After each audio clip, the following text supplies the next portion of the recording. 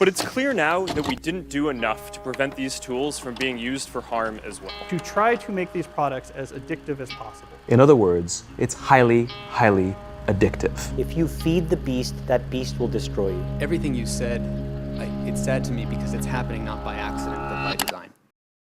What I want people to know is that everything they're doing online is being watched, is being tracked, is being measured. Every single action you take is carefully monitored and recorded. Exactly what image you stop and look at, for how long you look at it. Oh yeah, seriously, for how long you look at it.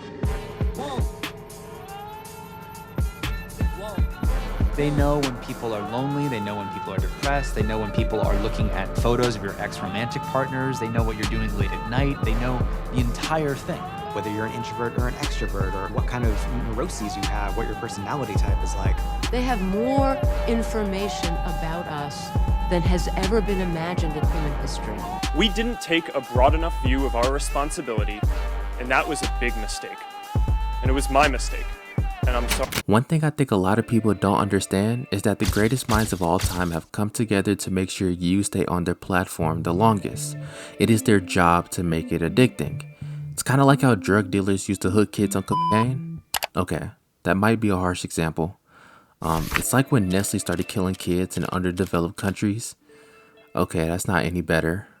Fuck it. Head to Broadway by way of football, boxing, Crunches, when it crunches, that's why I love Nestle Crunch. In the midst of the 1970s, Nestle created a baby formula that would change the landscape of infant nutrition. This life-saving formula provided a vital alternative for mothers who were unable to breastfeed their kids. Nestle soon realized the market they were targeting was very small and realized that if they expanded their consumer base, the profits could be endless. So instead of only marketing to women who couldn't breastfeed, they decided to start marketing to all women. And I know what you're probably thinking, but all women don't need formula. True, but what if we could trick them into needing it? Would you agree with me that your product should not be used where there is impure water? Yes or no? We give all the instructions. Just answer. What is your position? Not. Nestle started a campaign aggressively advertising their formula as superior. This allowed Nestle to quickly establish dominance over the infant formula market. They paid medical professionals to solidify their propaganda, and in places like Asia and Africa, Nestle decided it was a great idea to hire some random women to dress as nurses and give out free samples and medical advice. This sounds great at first, until you realize they did this to create a dependency on their product.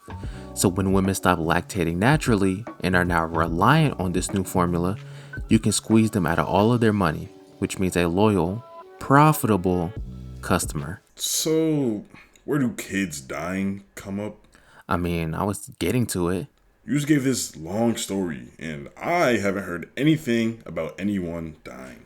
Maybe if you let me build the story out, I could get to it. Bro, hurry up. You know we're losing audience retention. We are not losing audience retention. They're probably in their bed on their phone when they should really be asleep, up scrolling through YouTube with no socks on. Why is that kind of specific? Okay, so the problem is that in a lot of areas where Nestle was advertising this formula contained polluted water, and unaware that you needed to boil the water, many mothers gave their children bacteria-filled formula, leading to illnesses and even deaths in infants.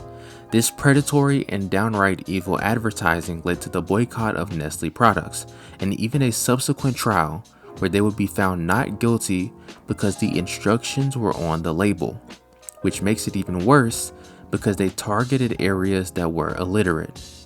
Yeah. Okay, I'm lost. Oh my gosh. You still haven't said how they correlate. Well, I was thinking how like Nestle used manipulative tactics to get mothers to rely on their formula and how they created this dependency. And then once mothers were hooked and reliant on the formula, they were able to profit massively off of them, and how like it's a classic example of corporate manipulation where they exploit people for profit. And I was thinking the same applies to social media and how like content addiction and people's overconsumption of media stems from all the psychological tricks and manipulation tactics these corporations use to keep you on the app longer, and how they then profit off of you once they get you hooked. You didn't need the analogy to explain that. Predict what will take your behavior. we have to predict how to keep you hooked in a different way. And so it crawled deeper down the brainstem into our social validation. So that was the introduction of likes and followers. How many followers do I have? And that got it was much cheaper to, instead of getting your attention, to get you addicted to getting attention from other people. TikTok is supposedly being banned, and they are estimating the worth of it to be $100 billion. Social media is free because you pay for it with your time. There's always a trade-off, and we waste our time consuming content. I mean, we can't even sit still anymore without reaching for our phones. But it makes total sense. Think about it. They know everything about you. The game's the game. You either become the product or you make money off it. Because let's be real, there are two people in life. Those addicted to their phones and those who lie about it. I decided to delete my Instagram because I just felt like I was so addicted to this kind of false version of my life that it was just taking over. I would be on set working, I'd come and sit in my chair and just scroll. And it was becoming a problem.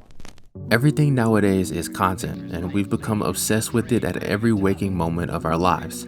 Even advertising has become fully integrated with content, and I think we've created this unhealthy acceptance of constant stimulation. The business model of these companies is simple. Get you hooked, then make money off you, by any means necessary. Now you've been scrolling for too long and now you're getting brain rot TikToks in your feed.